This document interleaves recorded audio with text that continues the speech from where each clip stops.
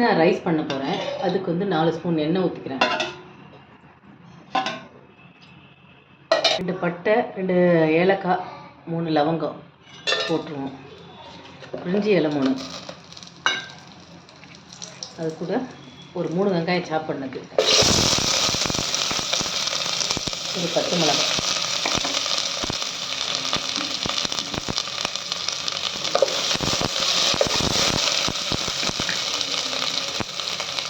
இஞ்சி பூண்டு பேஸ்ட்டு ஒரு ஸ்பூன்.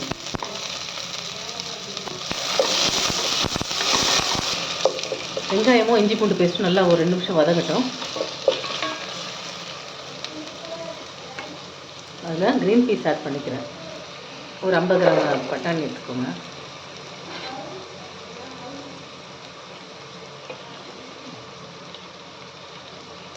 ஒரு மிக்சியில் கொஞ்சோண்டு தண்ணி ஊற்றி அதை வந்து நல்லா கிரைண்ட் பண்ணிவிட்டு அதை ஊற்றிக்கோங்க. ஒரு 2 நிமிஷம் வதங்கட்டும். வதங்கிடுச்சு. 1/2 ஸ்பூனு மஞ்சத்தூள்,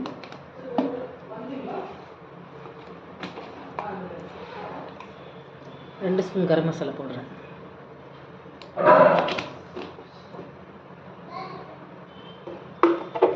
தேவையான அளவு சால்ட்டு,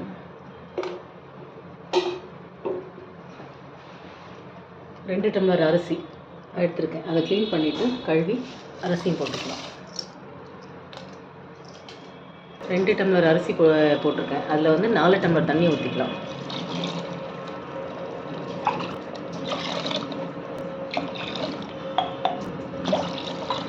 ஊற்றிட்டு குக்கர் மூடி வச்சு மூடிடுங்க. ஒரு 15 20 நிமிஷம் ஆகும். ரெடி ஆனோன்னா உங்களுக்கு காமிக்கிறேன்.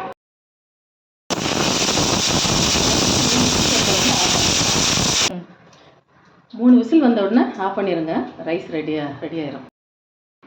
புதினா ரைஸ் ரெடி ஆயிடுச்சு. இது ரொம்ப நல்லா டேஸ்ட்டாக நல்லாயிருக்கும். இது லஞ்ச் பாக்ஸுக்கு ஒரு 10 நிமிஷம் ரெடி பண்ணி கொடுத்துடலாம். இதை ட்ரை பண்ணி பாருங்கள். இதுக்கு வந்து காம்பினேஷனாக வெண்டைக்காய் பொரியல் பண்ணியிருக்கேன். நீங்கள் எதாவது சைட் டிஷ் வேறு எதாவது பண்ணிக்கலாம். லைக் பண்ணுங்கள், ஷேர் பண்ணுங்கள், சப்ஸ்கிரைப் பண்ணுங்கள், கமெண்ட் பண்ணுங்கள்.